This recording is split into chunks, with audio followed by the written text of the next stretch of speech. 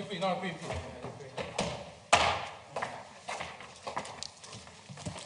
it on? Oh, okay. Thank you for being here for the first press conference of the NATO Chairman of the Military Committee, Admiral Cavo Dragone. Please put your phone on silence, and when asking questions, state your name and your outlet. First of all, the Chairman will have some opening remarks. I didn't know it. Yes. Okay, good afternoon. Thank you for being here, and thank you for waiting. Because, I mean, it has been the longest one I've ever had in my life. This is my first press conference as chair, and I'm pleased it comes at the close of such a substantial and forward-looking session with the Chief of Defense. After nearly 4 months in this tenure, I can confidently say that I have found NATO healthy and stronger. Stronger in purpose, but in coordination and in resolve. That strength is built on shared responsibility and, frankly, a renewed sense of urgency. The wake-up call from the Ukraine war and the one from the US administration, which ask all of us to shoulder more the burden, are among the signals that have not gone unanswered. Today we see a NATO that is more proactive, more focused, more committed and more steadfast in investing in deterrence and collective defense. A tight, solid alliance where the responsibility must and will be shared in a fair way for a stronger approach to security, stability and peace.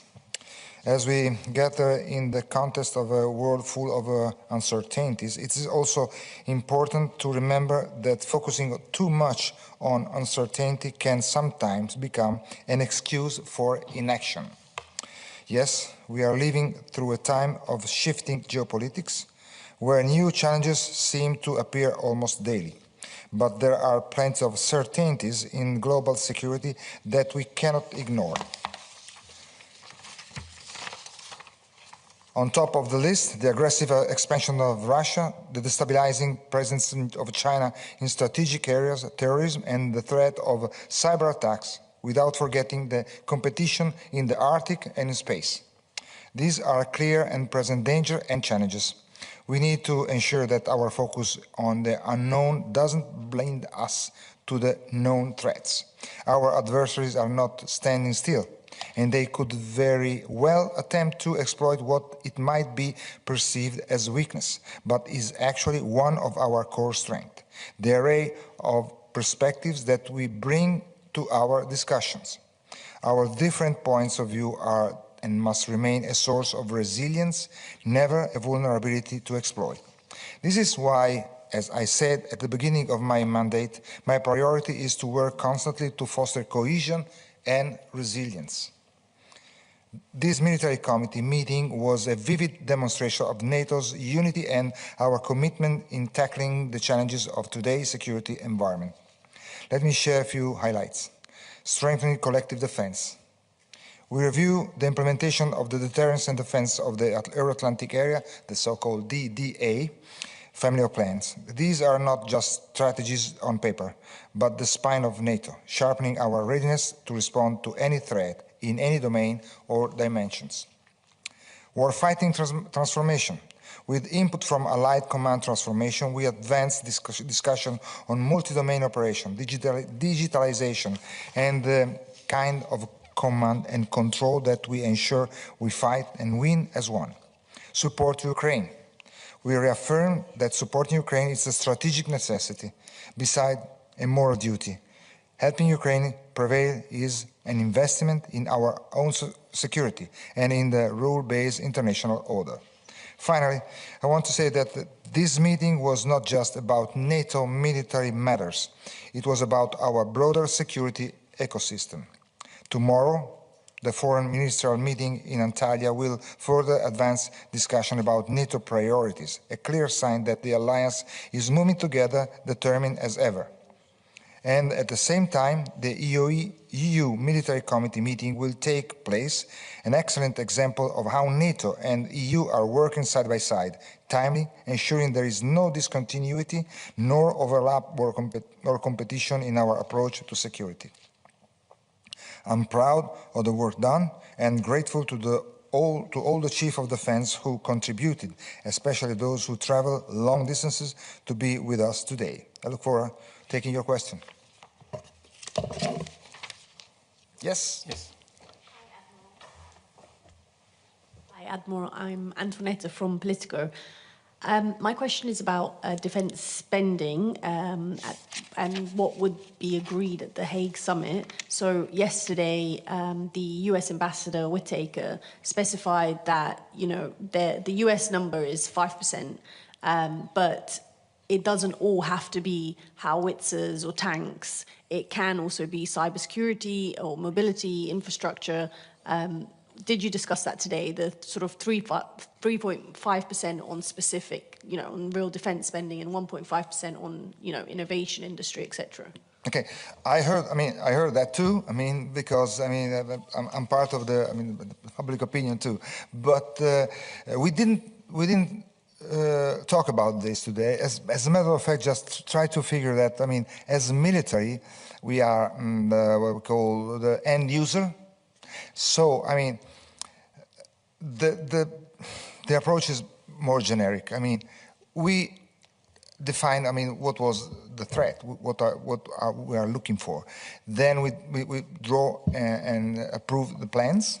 From the plans, we got what we need to fulfill and to make the plan executable.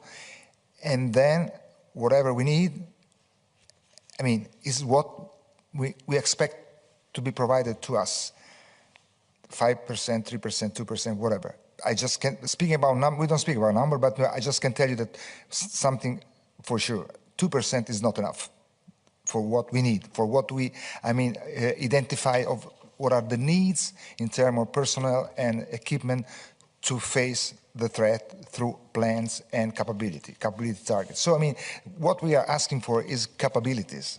And then with that, we will be ready to face the threat. And we are not just stuck to numbers. The only thing I can tell you that 2%, which was something that we have been talking about up to, months ago, it's not enough for anybody.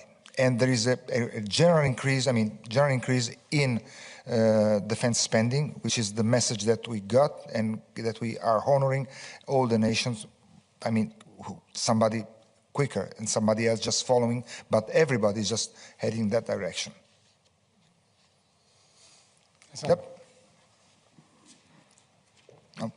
Sì, buongiorno Ammiraglio, buongiorno. Parlo in italiano. Innanzitutto mi felicito per la sua nomina e mi complimento per la sua attività importante anche per un paese come l'Italia.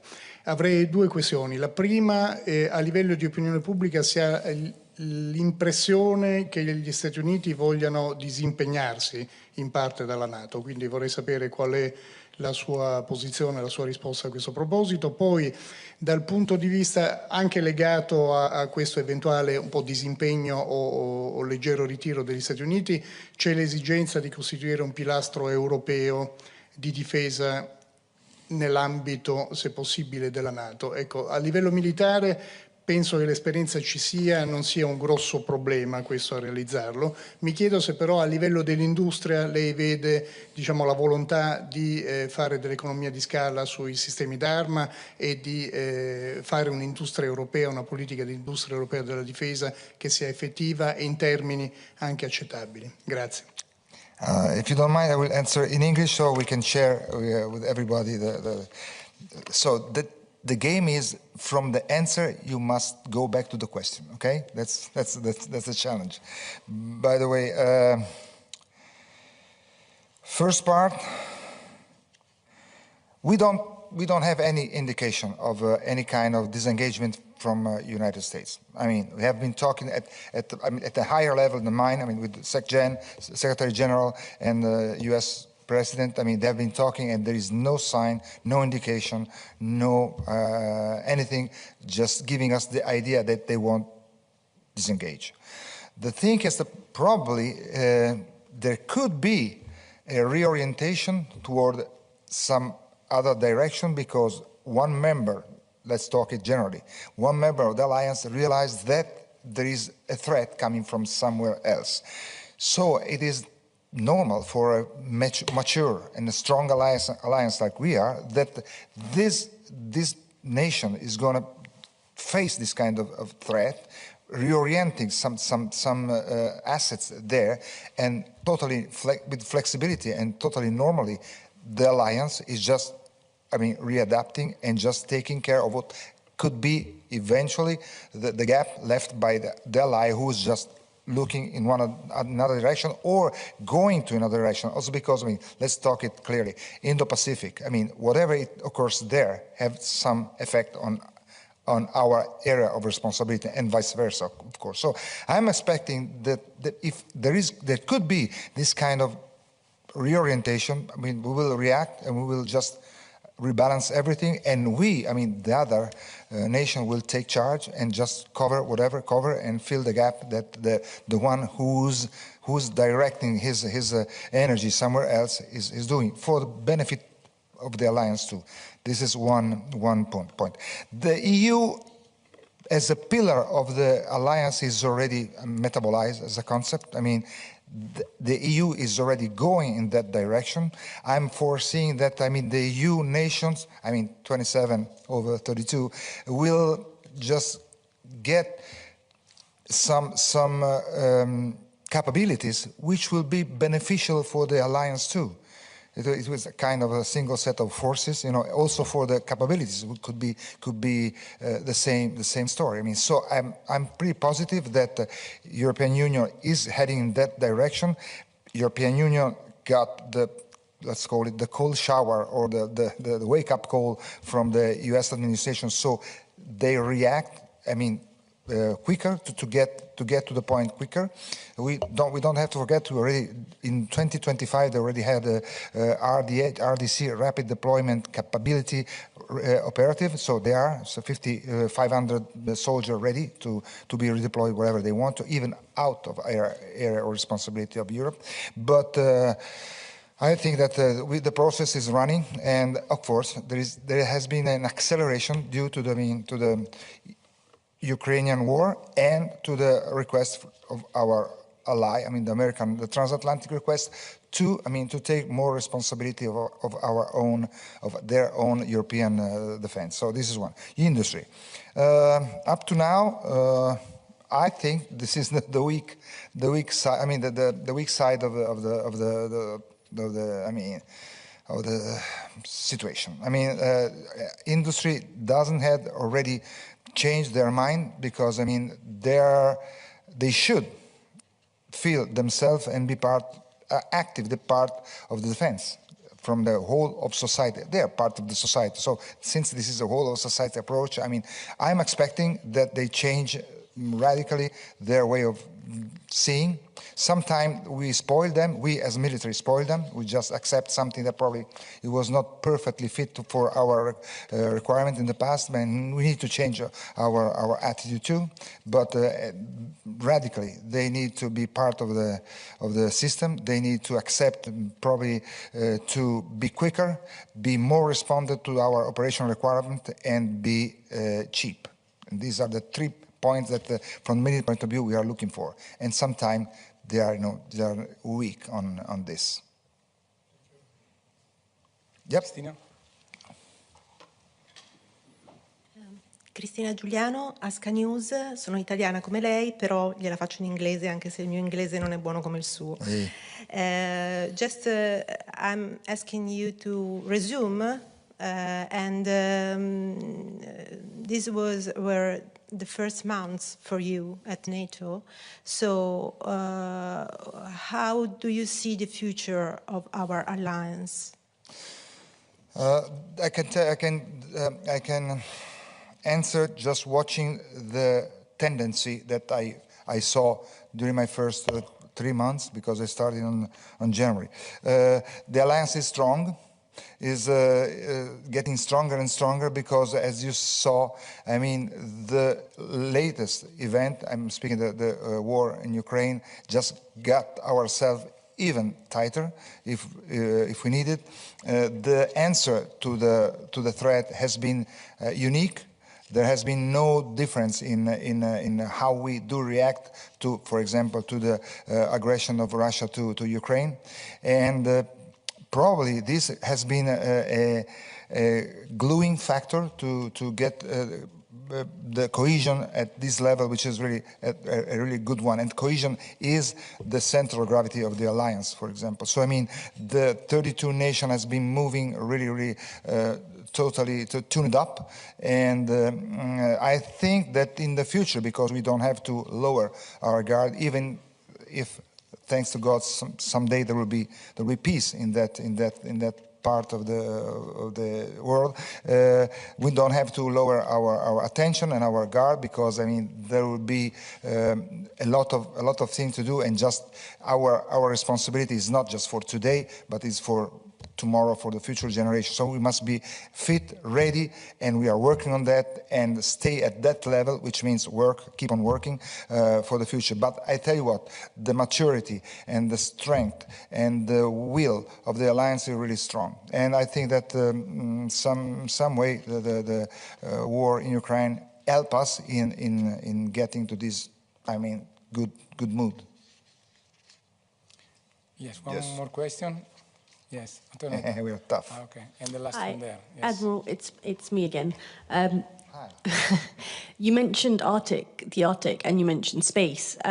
So my question is, as chiefs of defense, did you discuss the situation with Trump's, US President Trump's desired acquisition of Greenland? Because Denmark, 2 days ago, decided that it will call a meeting on Arctic security with the northern countries.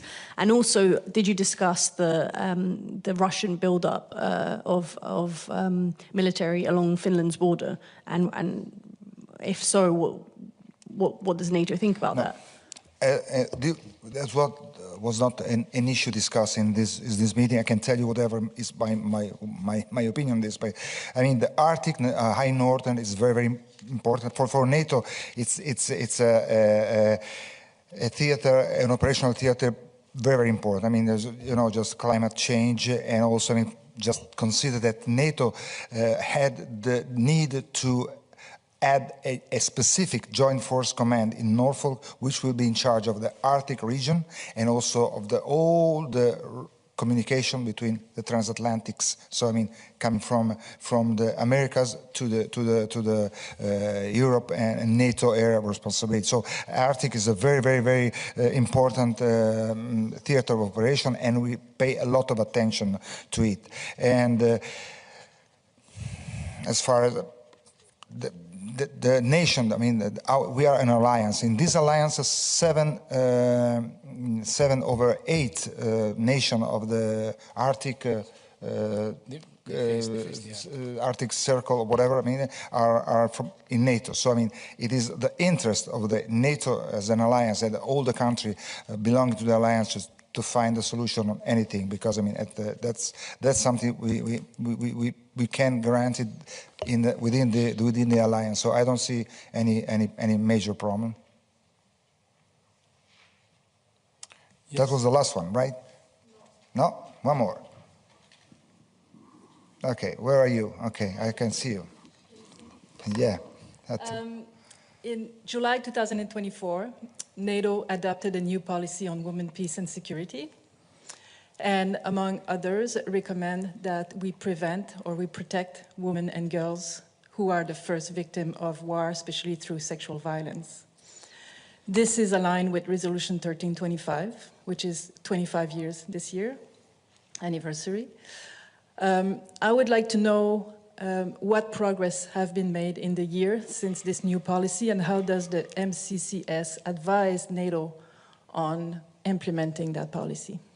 I mean, NATO policy, I mean, remain unchanged. So, I mean, whatever it was decided at that time, I was not here, but at that time, is still in place. I mean, we as an alliance decided to cope totally with 1325, so we are just on track, and everything is going forward. There is no change in our posture, in our will to fulfill the 1325. So I mean, there is no question about that. Well, how do we implement that policy? How do NATO implement that policy? I'm sorry. Well, I think we have an entity, an office who is following this issue, and they are just going forward on what it is supposed to be done. And I think that things are going smoothly, and I don't see any change on attitude, on any change of mind on that. So I just want to be sure that we will be complying with 1325 totally, as we decide to do on July 2024. Anything else? Okay. Thank you very much for attending the conference, and see you next time. Thank you very much. I'm sorry for the delay, but I'm a victim like you are.